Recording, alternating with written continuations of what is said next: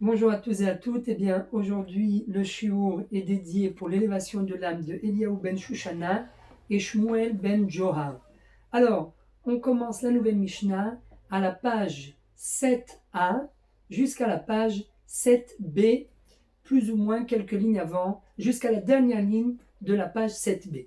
Alors, dans notre nouvelle Mishnah, eh bien, on voit une controverse entre Rabbi Eliezer et Rabbi Yoshua, à savoir combien de femmes détiennent le din de Dayan Sha'atan.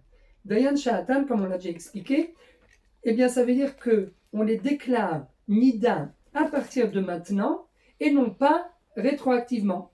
Alors, nous sommes tous d'accord qu'il y a des exceptions, que jusqu'à présent, eh bien, à partir du moment où un état de Nida s'est déclaré extérieurement chez une femme, comme on a dit, on retourne dans le temps rétroactivement et on craint que cette femme ne soit devenue Nida avant que cet état se soit déclaré physiquement à l'extérieur de son corps. Seulement, pour certaines femmes, eh bien, on ne retourne pas en arrière dans le temps, mais on les déclare Nida à partir du moment où cet état de santé s'est dévoilé extérieurement.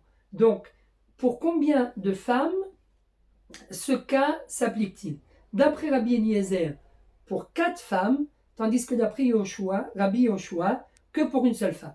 D'après Rabbi Eliezer, eh bien, il nous dit, en plus d'une femme qui a un cycle fixe, ça c'est d'après tout le monde, sur laquelle on a dit Dayan Sha'atan, c'est ce qu'on a vu dans la Mishnah précédente, pour une femme qui a Isha Sheyesh la Veset, Daya Sha'ata. Ça, on l'a vu au milieu de la Mishnah.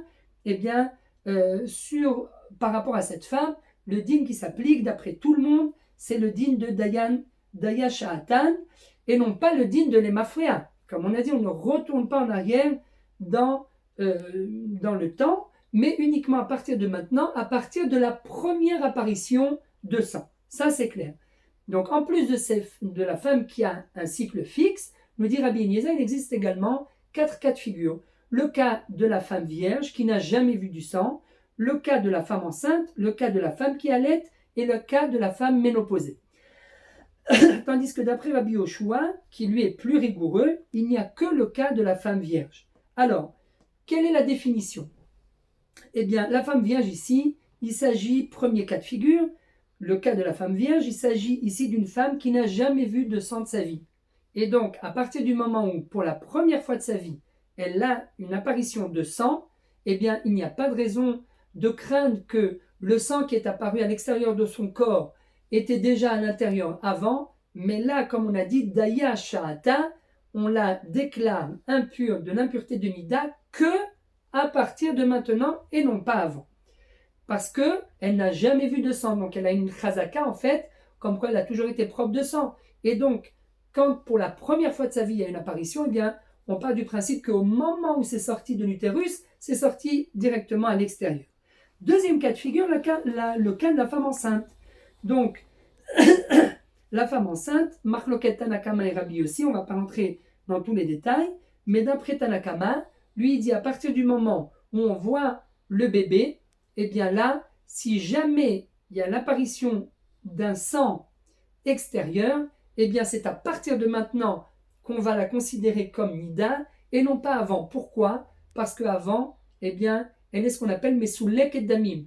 Elle ne peut pas avoir de sang puisqu'elle est enceinte. Si elle est enceinte, il ne peut pas y avoir de cycle automatiquement. Le cycle ne peut venir que lorsqu'il n'y a pas eu ovulation. Mais s'il y a eu ovulation et que la femme est enceinte déjà depuis quelques mois, puisqu'on voit le bébé, eh bien à partir de ce moment-là, on peut dire d'après Tanakama, d'après Chachamim, que toute goutte de sang qu'elle va voir, on pourra la considérer comme Nida à partir de maintenant et non pas les Mafouya, non pas rétroactivement. D'après Rabbi aussi, c'est uniquement une fois que sont passées 3 périodes de règles, sans qu'elle ait vu, et d'un seul coup, elle voit, alors là, à partir de maintenant, Rabbi aussi dit oui, on la déclare Nida à partir de maintenant et non pas avant. Donc, d'après Tanakama, depuis le moment où on voit le bébé, s'il y a une apparition, c'est à partir de maintenant, tandis que d'après Rabbi aussi, qu'une fois que sont passées 3 périodes de de règles, à partir de maintenant, si jamais elle voit du sang, c'est à partir de maintenant qu'on la déclare nida et non pas avant. Troisième cas de figure, le cas de l'allaitement. Alors, est-ce que c'est depuis la naissance ou bien seulement après que se soit écoulé 3 périodes sans qu'elle ait vu du sang depuis la naissance? Donc, on est après la naissance, il faut laisser passer un laps de temps. Et donc, d'après le premier avis, donc c'est depuis la naissance, depuis la naissance directement, tout sang qu'elle va voir à partir de maintenant, c'est à partir de maintenant qu'on la déclare nida et non pas avant. Tandis que d'après le deuxième avis, il faut d'abord que ce soit écoulé 3 périodes sans qu'elle ait vu de sang depuis la naissance, donc on va dire plus ou moins 3 mois, et dès sa prochaine apparition de sang, eh bien elle devient nida à partir de maintenant et non pas avant. Voilà les 3 cas de figure.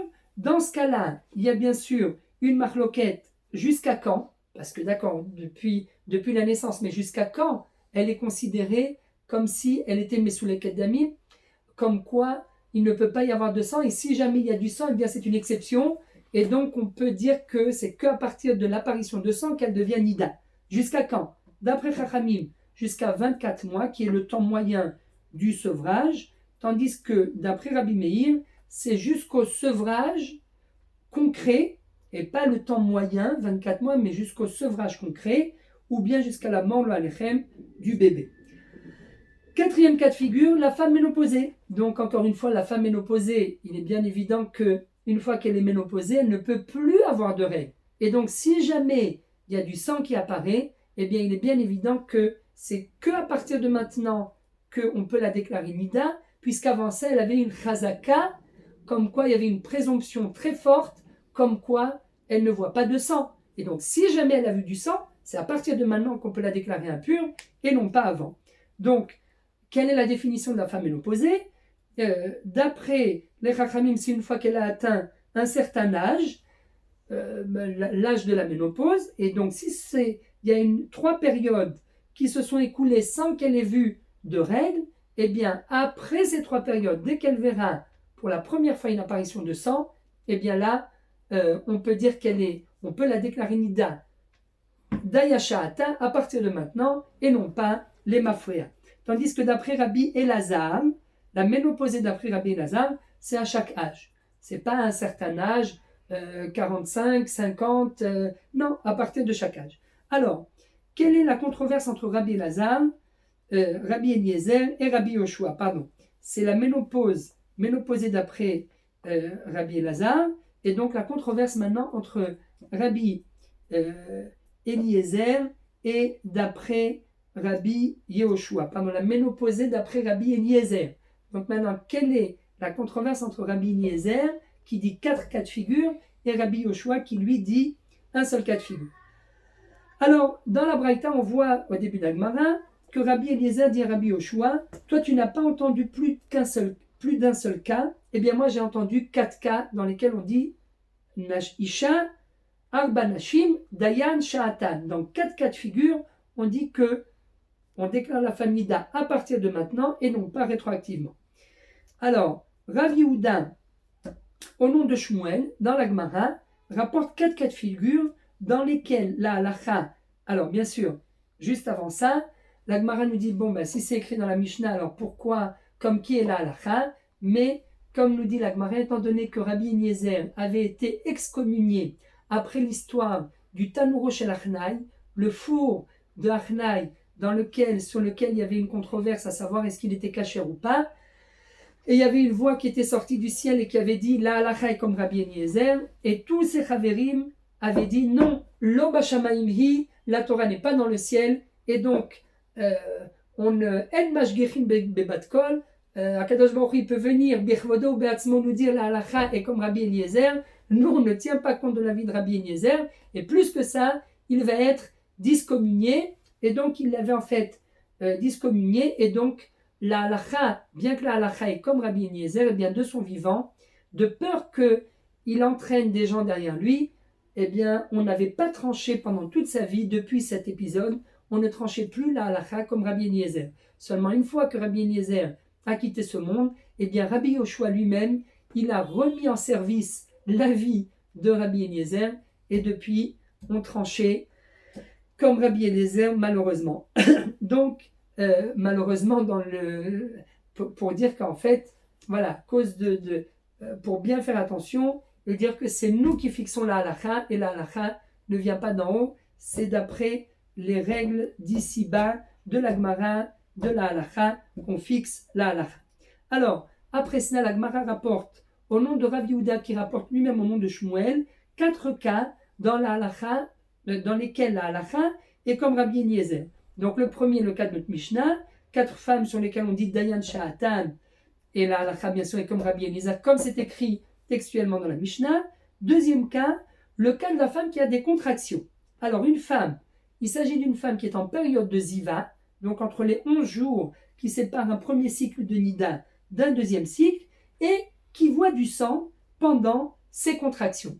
Alors, il y a 2 cas de figure. Si elle voit du sang pendant ses contractions, et qu'au final, au bout de toutes ces contractions, elle accouche, eh bien, il s'avère rétroactivement que le sang qu'elle a vu pendant ses contractions était du sang de l'accouchement, et non pas du sang de ziva. Donc, ça passe avec. Mais par contre, si jamais entre le moment des contractions, où elle a vu du sang, il y a d'un seul coup une interruption, d'accord, une interruption pendant une petite période, et qu'à la fin elle accouche, alors là on va dire que le sang qu'elle a vu pendant ses contractions était un sang de ziva, puisqu'elle est dans une période de ziva. Elle est pendant ces 11 jours qui séparent le premier cycle de nida du deuxième cycle de nida, et donc ça n'a rien à voir avec l'accouchement. C'est un sang de ziva, et donc si après avoir vu du sang pendant ses contractions, il y a eu une interruption et à la fin elle a accouché, une fois qu'elle accouche, elle devra amener, d'abord elle est tméa, elle est impure, de l'impureté de ziva, donc il faudra qu'elle compte 7 jours, et également de l'impureté de la femme qui a accouché, et donc elle devra amener 2 korbanot, 2 sacrifices, le sacrifice de la ziva et le sacrifice de la femme qui a accouché. Donc, alors, maintenant la question, quel est le temps de l'interruption entre les contractions et l'accouchement? C'est ça la question qu'on doit traiter. Alors, d'après Rabbi Eliezer, me'et le'et, c'est-à-dire jusqu'à 24 heures en arrière, pas plus que cela. Tandis que d'après Rabbi Yoshua, il faut que ce soit une nuit entière et une journée entière dans l'ordre. Donc, ça veut dire qu'il faut d'abord la nuit et après la journée. Donc, si jamais elle a vu pendant le matin, elle a accouché le matin, donc il faut laisser passer toute la journée, toute la nuit et toute la journée du lendemain, parce que ça doit être dans l'ordre. Donc Rabbi Yoshua est plus rigoureux, et là-bas aussi on nous dit halakha comme Rabbi Eliezer. Donc voilà encore une preuve comme quoi la halakha est toujours comme Rabbi Eliezer, comme on l'a vu d'ailleurs dans la page précédente, à la page 6b, on a vu que la halakha était comme Rabbi Eliezer. Troisième cas de figure que nous rapporte Rabbi Yehuda au nom de Shmuel, le cas du zav ou de la zava, qui se sont vérifiés. Donc une zava, encore une fois, un zav ou une zava, ce sont quelqu'un qui voit des écoulements. Alors chez la femme, ce sont des écoulements de sang maladifs, et chez l'homme, ce sont des écoulements de semences maladifs également. Aujourd'hui, ça n'existe plus chez l'homme, parce que c'était une maladie qui existait à l'époque, où il voit constamment de la semence sortir constamment. Donc, alors, une fois que le zav ou la zava veulent se purifier, eh bien, ils doivent compter 7 jours de purification. Seulement, dans le cas